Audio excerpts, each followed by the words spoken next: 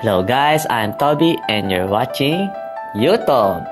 In this video, I'll be showing you the new skill cards ever since the Aquamarine update, such as the Aquamarine Skill Cards, and also I'll be sharing some tips and explanation regarding the hidden effects or certain skill cards that has a complicated description. I will further elaborate it later. Okay, first let's start with the Aquamarine Skill Cards. Yes, I know I don't have those Aquamarine Skill Cards. That's why I'll be clicking the collection. I'm very sorry for that. Anyway, let's start with Mega Spike.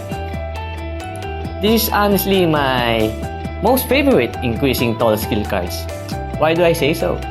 I like it so much better than Symbol of Wealth, Celebrity's Visit, King of Pirates, what else? Incomplete Controller, and any other increasing tall skill cards. Simply because first of all, it is a guaranteed to last for 4 turns. I repeat, 4 turns. You don't see that every day in any other increasing tall skill cards. Whether it's a 4-star, 5-star, or a 6-star, it will last for 4 turns. Definitely higher than most increasing tall skill cards. Even you got unlucky and able to use it only in one city, it's still worth it. What more if you're able to use it in more cities in front of you, or heck, even a color chain. So it's my most favorite increasing tall skill card right now, even though I don't have it. Anyway, let's go on with the next Aqua skill card. Build It Sand Castle. Pretty much almost the same with More and More, but the condition is until your opponent lands on any city, while this is until your opponent lands on it, or on the specific city you chose to use this skill card. They're both just as good. I think it will just depend on your luck, because Build It Sandcastle is only a lot better than More and More only if the city you've chosen doesn't get stolen. So I think it's more risky than More and More skill card. While More and More has no risk at all, but will most likely activate earlier than Build It Sandcastle. That's why for me, More and More skill card is a lot useful, for it is most likely be used against your opponent in the game without any risk at all. In short terms, More and More skill cards is easier to use than Build It Sandcastle. So I prefer More and More than this skill card. Unless you use this skill card in the right timing, like using it when your opponent don't have any more skill cards that could possibly steal your city, then this skill card is still pretty nice. So with the next one, Challenge Sea Fishing. It's a bit harder to activate this skill card than certain killer skill cards like Excellent Choice and Divine Punishment, especially on the Aquamarine board map, since Aquamarine board map only has 3 vacation spots now.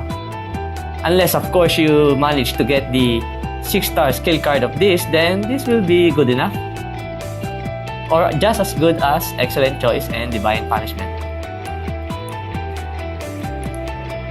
Now for Strange Pipit. For 3 turns, apply Tall Multiplier of selected city on my current block. Well, this is simply like a skill card to give you a chance to bet on a city even though you haven't stepped on it. Simple as that.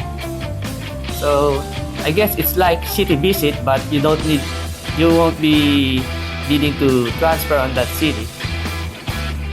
So I think I like City Visit more than this skill card, since City Visit gives a permanent increasing toll, while this only lasts for 1 turn, 2 turns, or 3 turns, 6-star.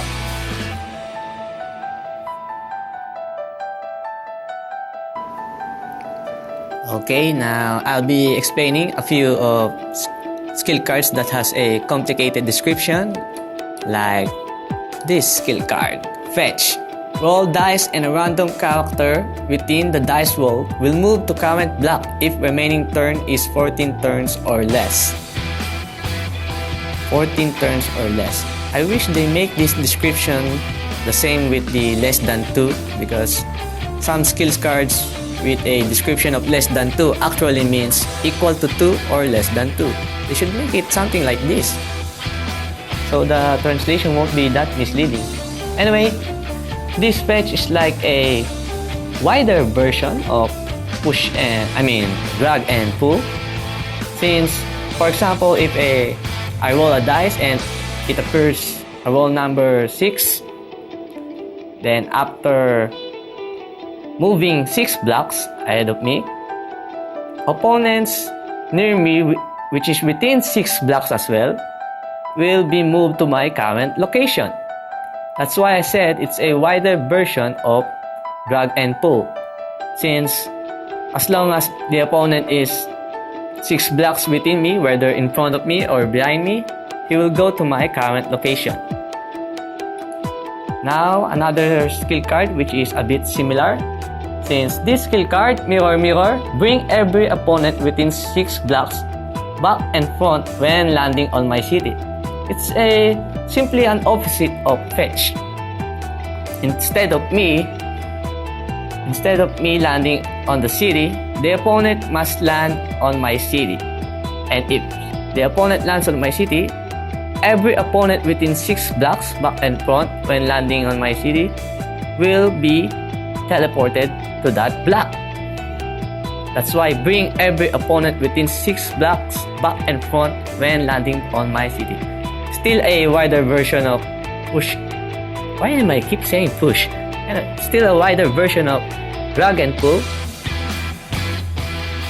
but with a different condition than fetch. Now lastly, I'll be explaining skill cards that has hidden effects or widely used in the new Aquamarine board map.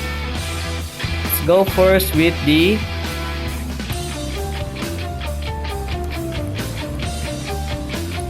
Map of Fortune.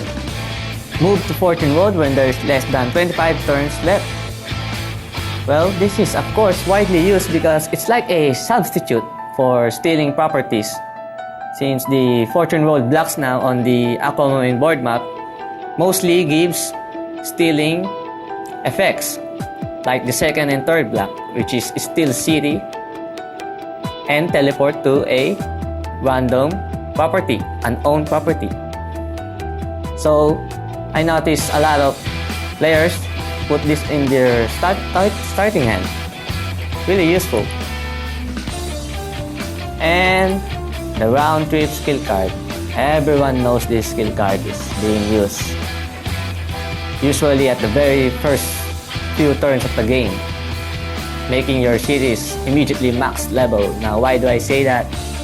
Well, because of the hidden effect, or should I say a bug. Since when you use round trip skill card on the starting block, it will raise your city's level by twice, not once. I'm not sure why, because it should only raise one level. But when you use it specifically on the starting block, it raises all your cities by twice. So, a lot of players are complaining about this skill card since it's currently overpowered now. I wonder if this skill card hidden effect recently appeared or it has been there for a very long time. I hope the dev team fix this. Anyway, I just want to special mention this last skill card. Save the best for last, as they say. Winning move skill card. The tip here says using this skill card involves much risk, so watch out. Well, to remove that risk, simply use this skill card at the very last turn. Because I will read the effect. Donate 2 of my cities to a random opponent and get 150% toll fee when landing on the opponent's city within 1 turn. You will then give 2 of your cities to your opponent. That's why it says it has a high risk. But if you use it on the very last turn, it's actually really nice. Especially when your opponent did land on your city at the very last turn. This actually, I've seen this a lot in the Aquamarine board map because I noticed while playing that new board map, the game usually ends at the very last turn. So a lot of players also put this on their skill card deck. A really turnaround skill card indeed. Well, that's it for my new skill cards explanations. I hope it helps you build a more strategized deck or acquire new tips and infos regarding the new skill cards. So don't forget to subscribe and like my video. Thank you, and I'm out.